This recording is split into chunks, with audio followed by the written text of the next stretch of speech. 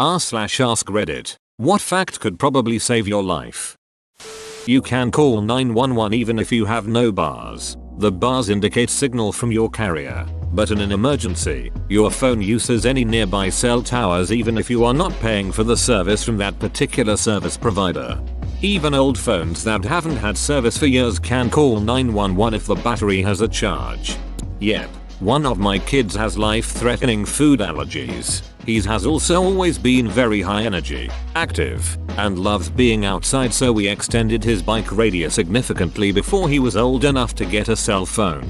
We gave him an old phone to use in case he accidentally consumed one of his allergens while out with his friends. It had been out of service for years but was still able to contact 911. Which is all we needed it for, since you still need to go to the emergency room after using an EpiPen. He would charge it before going out to ride and called it his 911 phone. This was before middle school, so when his friends would complain to their parents that he has a phone and they don't, he would clarify that it's only to make sure he doesn't die. My kids are teens now with iPhones, but we still have the 911 phone in one of the kitchen drawers and it's fully charged. When my son accidentally broke his iPhone and needed to wait on a new one, he actually took the 911 phone out to go riding just in case, even though the rest of his friends have phones. For stab wounds, do not try to pull out a sharp object on your own, especially if there is no doctor nearby. This is what pisses me off so much in a lot of movies. They always pull it out. That's how you bleed to death, you idiot. In John Wick 2, he stabs someone in the heart and he actually tells him that the knife is in his aorta. So if he pulls it out, he will bleed out and die. Nice attention to detail. Sleep with the door closed. Fires while you sleep can leave your room almost completely untouched if closed. Today I learned fires are more polite than my parents were. I'm respecting your privacy by knocking, but asserting my authority as your father by coming in anyway. Some winter advice. If you are homeless, or for whatever reason have to sleep outside, find something to put between you and the ground. Cardboard works great, but find something. All your energy will not warm the earth, and many people have frozen this way as the ground absorbs more and more energy. That's also great advice for wilderness survival. Also, here's another trick I learned from a beggar in Chicago when I went with my dad to a Chicago Bears game in the winter. Take newspaper and stuff your shoes full of it, crumpled up to create dead air pockets that will stay warm and act as insulation. Concrete is so incredibly cold to sleep on. You can feel it literally sucking away your heat even through layers of clothing. Recommendation for urban homeless folks. Go to a local park and pull pine branches off the tress. Saplings, ferns and pine branches make excellent bedding. It will get you off the ground. It's easily interwoven and is super easy to get off the tree. You can have a nice thick bed set up in 20 minutes, especially with a good knife. Edit. It's pretty sad how many editors lack empathy and care more about manicured urban brush than they do about the life of a human being who struggles to survive every day. Yes, because of my one reply to a response on an internet thread, now the entire homeless population of the US is going to be chopping down all the pine trees. Give me a break. My advice comes from techniques I learned at USAF survival school, not hokum. You don't need to chop down an entire tree. You can take the underlayer from a large fern and reuse the shrubs for days. If you're ever scuba diving and either run out of air or your regulator malfunctions and you have to surface immediately, remember to keep exhaling. That last lungful of air that you took at 30 feet and under an extra atmosphere of pressure will be expanding to twice the volume you inhaled by the time you're on the surface. So if you're not exhaling, your lungs might explode.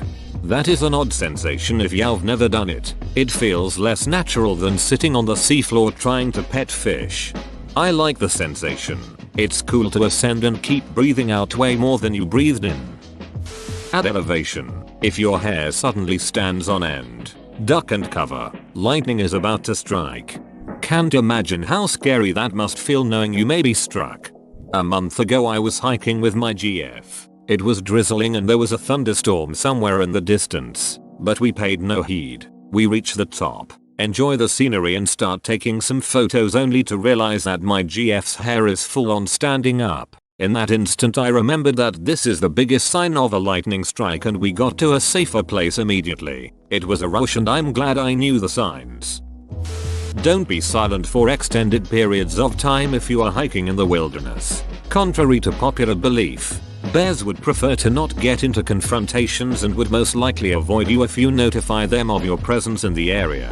With that said, if you do stumble across a bear, don't run away. Contrary to their size, bears are ducking fast. Grizzly bears are brown and have a trademark hump of muscle on their back. They are aggressive. Your best bet is to get into fetal position, covering neck and stomach, and play dead. They will only leave once they are absolutely sure the threat is gone. So don't stop playing dead even after you sense the bear leave. Black bears, contrary to their name, come in various colors, including brown. They are more slender than grizzly bears. Your best bet with a black bear is to be as aggressive as possible, making as much noise, looking as big as possible, throwing stones and large sticks, etc. Don't bother to climb a tree, since they are excellent climbers. In the event a bear starts attacking, go ham, punch it, kick it, try to gouge out its eyes, etc. If you happen to be in the Arctic and stumble upon a polar bear, then pray to the Almighty that it hits one of your vital points and kills you quickly, because there is practically nothing you can do against them. They are much bigger than both black and grizzly bears, and do not fear humans. Bear is black, fight back. Bear is brown, lay down. Bear is white, good night. Black bears, contrary to their name, come in various colors, including brown. Thinking. If someone ever approaches you and tries to force you into a car, do whatever it takes to stay out of the vehicle. Your odds of ending up dead are largely increased if they manage to move you somewhere else. Fight to stay out of the vehicle like your life depends on it, because it probably does. Edit. My cousin is in law enforcement and always tells us if someone points a gun at you and tells you to get in the car, your odds of survival are actually higher if you risk taking the bullet. Now you ain't getting me to no secondary location. Street smarts. Most drunk driving deaths occur on Saturday night between 1 and 3 am. Avoid the roads during these times if you can help it. Well, that sucks cause I deliver pizzas in a college town and I usually close. Domino's closes at 3 am. Wanna thank everyone that told me stay safe. Shout out you guys. And thanks for the tips on how to stay safe as well. Godspeed my friend. How to recognize when someone is drowning.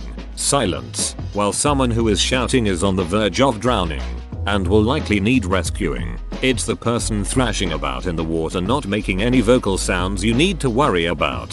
When someone is actually drowning, their lungs are filling up with water inhibiting their inability to call for help. Hairy face. Anyone who has long hair knows that when it gets wet and it sticks to your face, the immediate reaction is to swipe it away. Not for a drowning person when someone is actually drowning. All power is devoted to saving themselves. The issue of wet hair across the face is not a priority. Keep an eye out for someone in the water splashing about but not immediately reaching to remove their hair from out their eyes. All credit goes to the Stuff You Should Know podcast. Also, if you need to save someone without the aid of a flotation device, only if absolutely necessary, please don't do this if at all possible. Come from behind them and put your arms under their armpits. Less chance of them shoving you under or hitting you in the face. Also, a drowning person reaches out in front of themselves as if to push down on the water. They're not waving.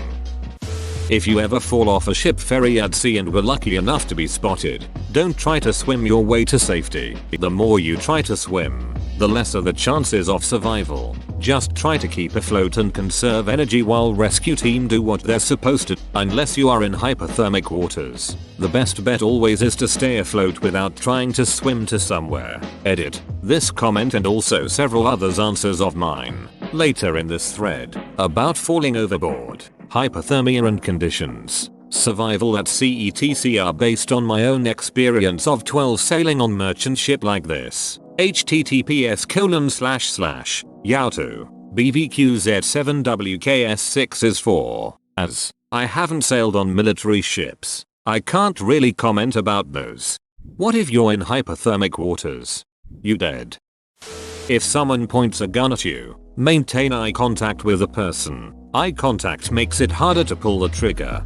I was taught as a youngin that in really any physical conflict to keep eye contact and don't say much. Don't talk shit back. Just stare like a duck in Psycho. has kept me from getting my ass whooped about a million times. I learned this playing basketball in high school. The opposing team's star player nearly quit the game because of it. We were playing the school that had one of those superstar players. Their strategy was just to give her the ball as much as possible and keep us away from her. I was a third string player. My ball handling skills left much to be desired. We were a small school. It didn't take much to make the team. I don't even know why the coach put me in. He must have made some comments to me about trying to cover star player. I was decent at moving around and figured this was a way I could help without fumbling over my own fingers. I decided I would get right up in this girl's face and stare as intensely as possible into her eyes, purely to freak her out, which I did. Our eyeballs were probably 4 inches apart for the entire game. I didn't even try to touch the ball. I just stared at her, unbroken, utterly psychotic. By halftime, she was on the verge of tears. Her coach came to talk to my coach about calling me off. My coach demurred. I kept waiting to be benched again, since I rarely played more than 10-15 minutes per game. He kept me on until the end. I stared into the whites of this girl's eyes for the entire game, consciously kept my face devoid of any expression. Her team eventually reverted to handling the ball without her. My mother was in the stands and was fairly disturbed by the whole ordeal. I read this one somewhere here on Reddit and it actually saved my life 2 weeks ago. If you wake up in the middle of the night or come back home to the smell of gas filling the house, never turn on the lights. Any spark from the light switch could blow up the entire house. Thank you stranger for this LPT. Edit. Typo. What does gas even smell like? Edit. RIP my inbox. Often there is an additive that makes it smell like rotten eggs. Horrendous smell, and you will know it immediately. Bleach and ammonia make poison gas. The general form of this is to read labels of cleaning products. Don't mix them, and follow the warnings for using adequate ventilation and protective gear. My mom asked me about putting bleach and ammonia around the house to try getting rid of flies. Me. Not unless you want to kill us all. She claims she said bleach or ammonia, but I still tease her about it from time to time. Edit. Yeez, this blew up overnight and I woke up to a shitload of replies. This actually happened a week or so ago, so that's what I meant, not the other day. That a wagging tail does not always mean that the dog is friendly. Maybe he's just really excited he gets to rip your guts out. D. I'm seeing a lot of facts that would save your life in exciting outdoor situations. These probably won't save your life, because you are most likely a 20-something college student who spends their free time watching Netflix and periodically refreshing Reddit at home. Let's face it, you're unlikely to end up shipwrecked, stabbed, kidnapped, attacked by a bear / submerged in a car / fighting a crocodile. As a primary care doctor, let me tell you one that could actually save your life as an introverted Redditor. Exercising 150 minutes per week has been shown to have a ridiculous number of benefits, including not dying. https://www.thelancet.com Journals Lancet article PIS 0140-6736 17 31634-3 full text, as well as making you more intelligent, happy, and attractive. However, most people don't do the recommended amount. Cardiovascular disease, heart attacks and strokes, is still the most common cause of death, and atherosclerosis starts in your late teens. Exercise helps prevent atherosclerotic plaques from forming by regulating blood pressure and cholesterol levels. Aim for 150 minutes per week of any kind of exercise you like. 75 minutes of it's vigorous. Exercise is the miracle drug. Edit. Since a lot of people are asking, walking does count as exercise. See the American Heart Association guide for more info. Edit 2. I'd say a physically active job counts as exercise too, so long as you are really exerting yourself. Edit 3. A lot of people wonder if they are doomed for life because of their unhealthy past. Don't worry, plaques can shrink and disappear through intensive lifestyle change. It's not all irreversible change. Edit 4. A lot of questions about whether more than 150 minutes per week is better, or if too much is bad. 150 minutes is an easily achievable level that gives you most of the benefits, but more exercise is even better. To be precise, here's some numbers from this study. No exercise. Baseline some exercise but less than minimum amount. 150 minutes. 20% lower mortality 1-2x minimum 31% lower mortality 2-3x minimum 37% lower mortality 3-5x minimum 39% lower mortality. After this, no extra benefit up to 10x. You just get the same benefits as someone doing 5x, although it's not harmful either. Get out of here with your realistic, helpful advice that actually applies to most everyone reading this. Okay, but if all this exercising causes me to be attacked by a bear, I will be pissed off at you. Women do not experience the same side effects of a heart attack as men do, and men's symptoms are what people generally look for. Make sure you're familiar with them. AG, angina, breathlessness, chronic fatigue, dizziness, edema, fast heart rate, gastric upset. If you have a grease fire, put it out with baking soda, not water. Edit. A lot of people saying things about flour, so I thought I should add information. Flour is combustible and not safe to use. Some people have commented that they have put out fires with flour, and it is possible. If you take the bag, flip it all out at once as close to the pot as you can, I'm sure it would be successful at smothering it. Due to its combustible nature though, nearly anything would be better to use. Salt, kitty litter, sand, dirt. If for some reason you had to use flour, don't pour it out incrementally and don't pour it out in a way that will create a dust cloud. Pour it out so it falls together and quickly. Also, the best thing to use is of course a ABC fire extinguisher. This advice is in lieu of that or if it's too far away. Putting the lid will also work fine if the fire is small enough. You don't want to put a lid on a huge fire though, or you can create a backdraft of sorts in the pan and it'll flare up when you open it. And if that grease fire is in a pan, cover it with the lid. If you hit your head really hard and get unusually sleepy within 6 hours afterwards, go get a scan. Edit. From the comments, it seems like a lot of people are really in the dark about this. It's not about concussion. It's about hitting your head so hard that you get internal bleeding in your skull, which will clot, after which you will die. So stop commenting about how you got your bell rung playing football and slept it off. That's an entirely different thing. I got a concussion and it took me 3 weeks to get diagnosed because I didn't push my doctor when he told me I was fine. Then I was extremely light sound sensitive. Looking at something in the shade at 5 PM felt like looking straight at a light bulb. And I got a horrible headache for 7 days straight. I also would randomly pass out. Like if I sat down, I'd be out like a light. And by 1-2 PM I'd be slurring my words and acting drunk. Finally went to another doctor and he imminently told me to get an MRI. I could have had bleeding in my brain, but thankfully, I only had a really bad concussion. Damaged the front of my brain and my brain stem. Took me 5 months to get to the point where I could function and I'm still dealing with it now. Got my concussion on the 14th of January, 2018. If you hit your head and later feel like something is off, go to a doctor ASAP. If there's heavy bleeding or a partial full amputation, throw a ducking tourniquet on that limb as close to the torso as you can. Write the time on their forehead and do not ever loosen it. Everything you've been taught about tourniquets is wrong. They can be on for 6 hours with no worry of nerve damage. The limb will not need to be amputated. I say again, the placement of a CAT will not decide amputation.